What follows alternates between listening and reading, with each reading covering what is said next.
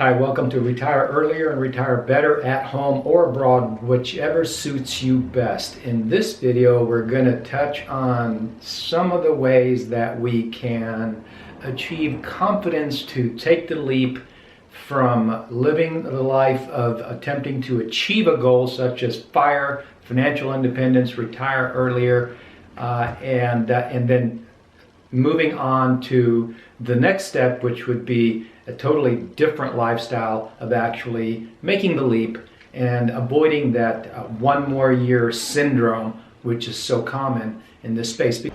Frank and Angie here, helping you retire earlier and better ASAP. And one of those things is spending money rationally. Let's see, was there ever a time that I spent money irrationally? Let me see. This probably might come easier for men than women, but I don't have a way of confirming. What about the van, the big van purchase that you made? I'm trying to think of a time when I spent money irrationally, and that would have been when I was a teenager. That I just didn't know. Yeah, you just don't know when you're young. You just buy stuff like... Okay, so what does that really mean anyway?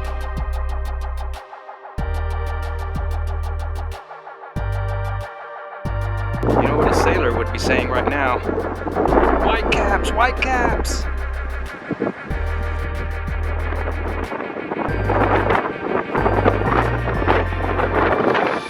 This is a really big space that there's a lot of people that this applies to, because I see this all over on internet groups and such.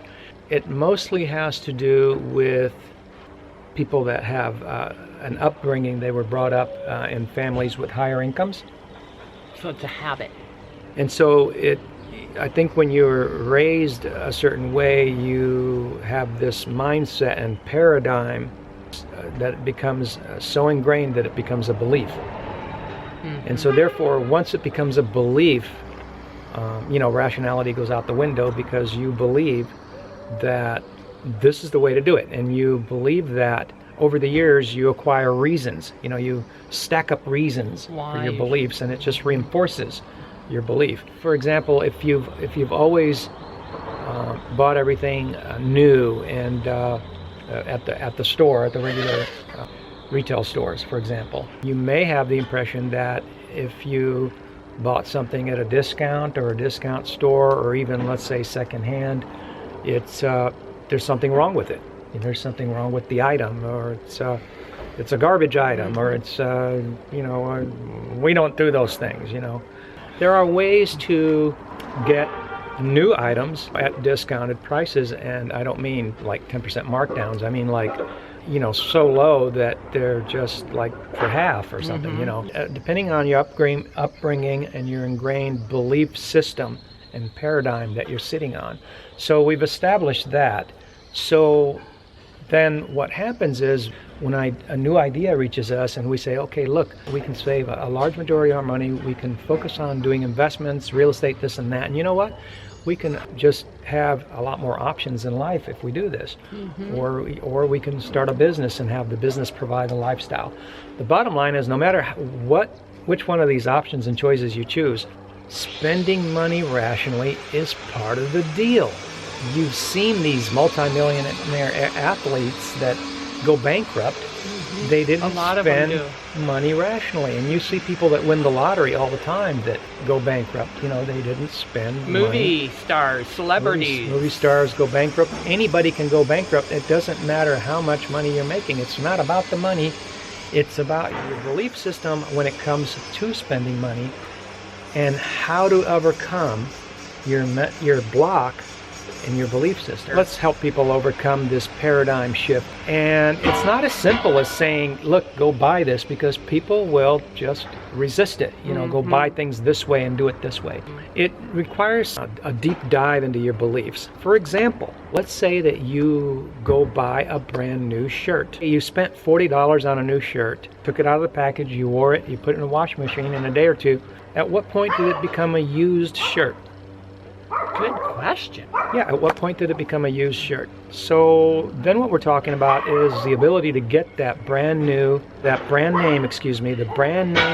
which by the way, you're really good at. I let her pick out my clothes because she gets brand name clothing in really good condition, almost new condition.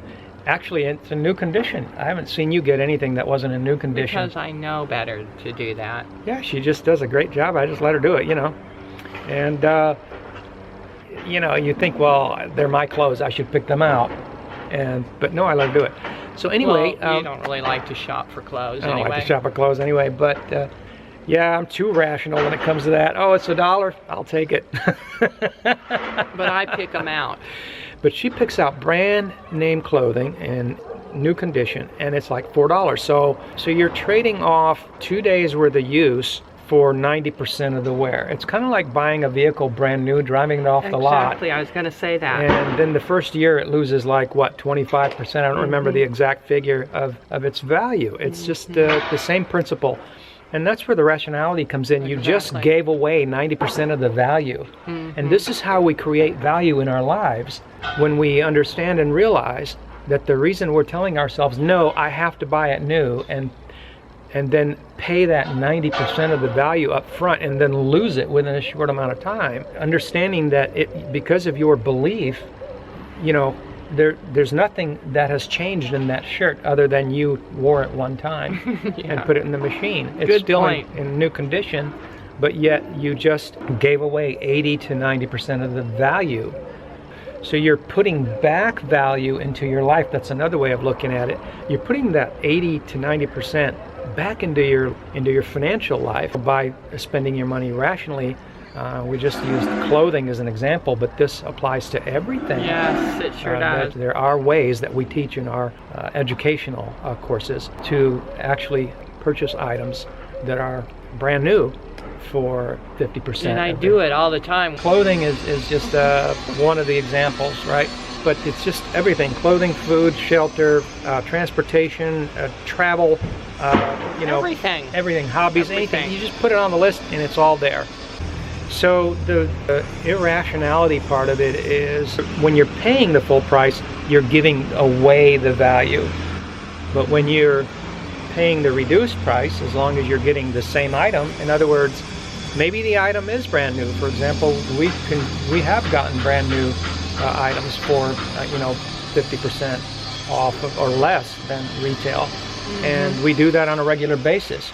And sometimes they're secondhand and they're in good condition. Or in the case of items that are fixers, like sometimes you can get real estate and other items, a lot of other items too that we get that you can use the fixer-upper principle on.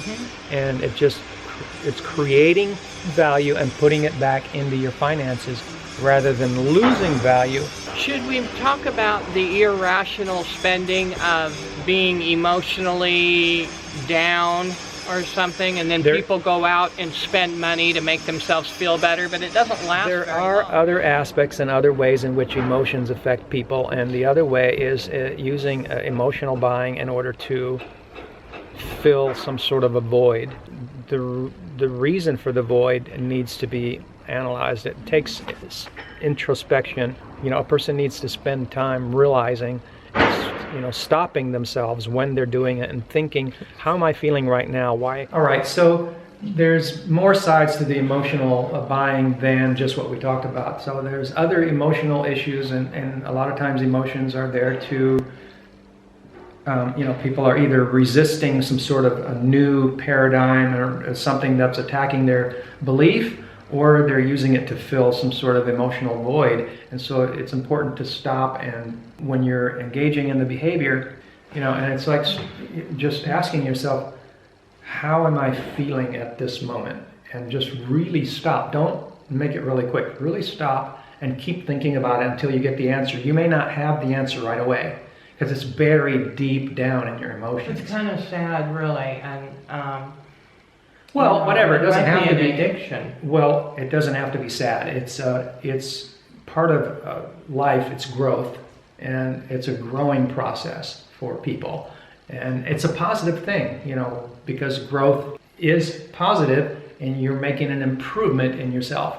And so in order to get to the other side, you've got to dig deep. Well, you're making an improvement in yourself if you don't get in the car and drive to the shopping mall. Yeah, to get what you want. don't ignore it. But when you know, because some of these things happen without thinking, they're just they become habitual. And so when you're doing it, you just recognize that you're doing it and stop and then think and analyze.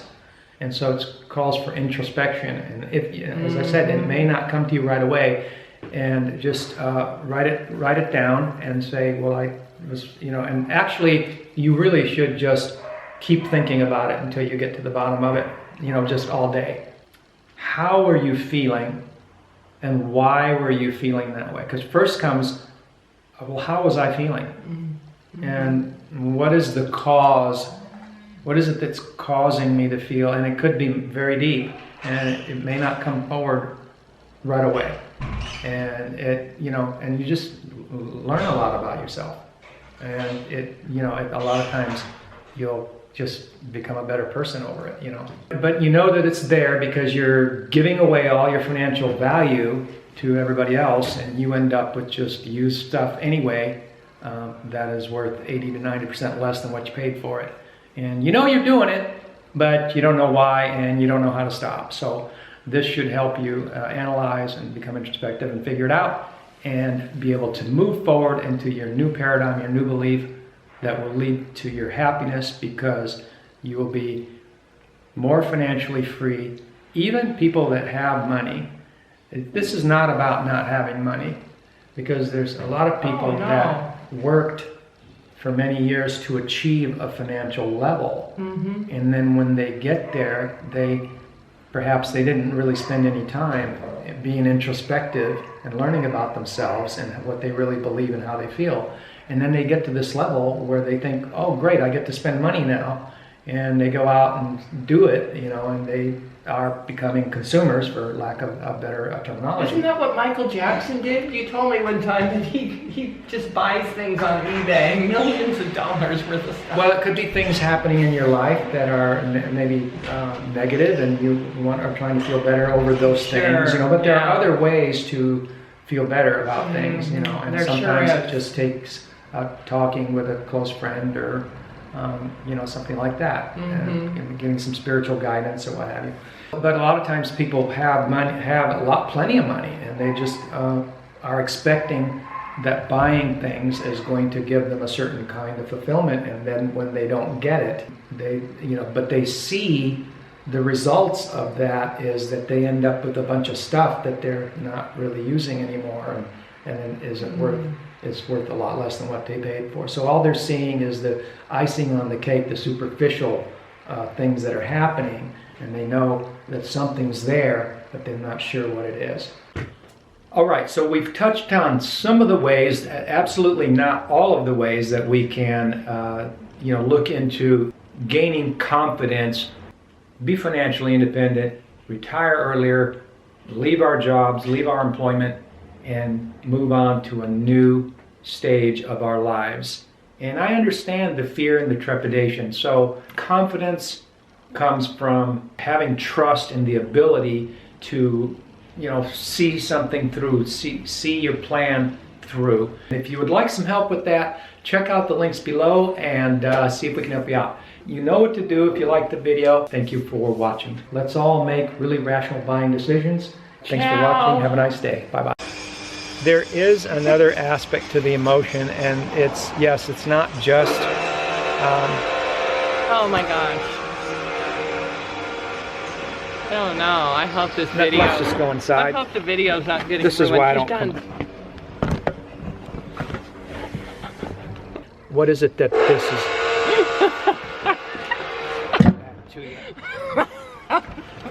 What is it? And I've done this, years ago.